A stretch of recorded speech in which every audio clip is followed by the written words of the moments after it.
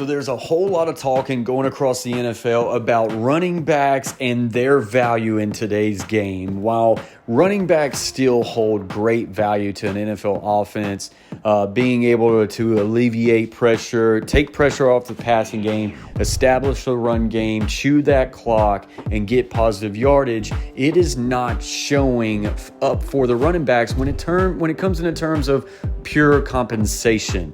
This is all coming off of an offseason where we've seen the Dallas Cowboys release a Ezekiel Elliott and then also franchise tag Tony Pollard instead of give him a long-term contract. We've seen Dalvin Cook of the Minnesota Vikings get straight out released, not even traded, which means teams aren't lining up to trade valuable assets like draft picks or be willing to give him that big contract that he wants for a team just to release him. That is crazy. And then, of course, the biggest news is Saquon Barkley this past yesterday just not being able to come to an agreement on a long-term contract, and he's going to be forced to play on that franchise tag, or he's just going to have to sit out. While yes, this sucks for all the running backs across the NFL today, if I'm being honest, they've kind of done it to themselves. And hear me out for a second. You can get so much value as an NFL GM with a late round draft pick to an even undrafted running back coming out of the draft and be able to get positive value and get yards and get catches out of the backfield and not have to pay that ridiculous amount of money for one of these bigger name backs.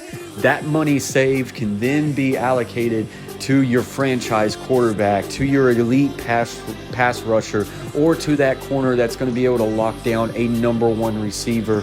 Those are the type of positions in the NFL today that has the utmost value. Can you throw the football? Can you rush the person who throws the football? Or can you lock down their number one receiver?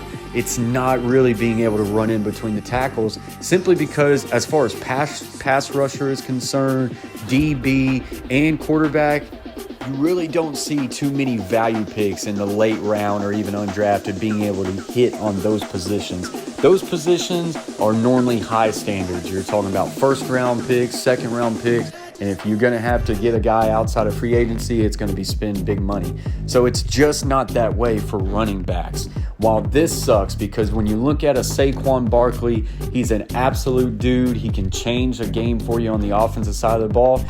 Running backs at the other end of it still just don't have a high shelf life. I mean, Saquon Barkley's coming off of an ACL injury a couple years ago.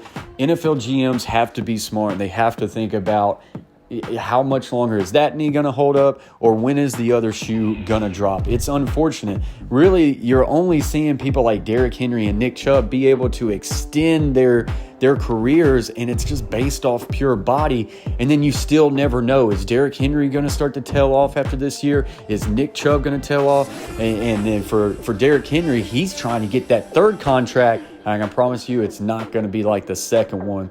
Unfortunately, NFL running backs have just kind of done it to themselves as far as being able to come in and get some guys in the late round and get great value and be able to spend cheap bucks. That way you can spend it on the positions that matter. Let me know what you guys think about this in the comments section. Running backs still have great value in the NFL today.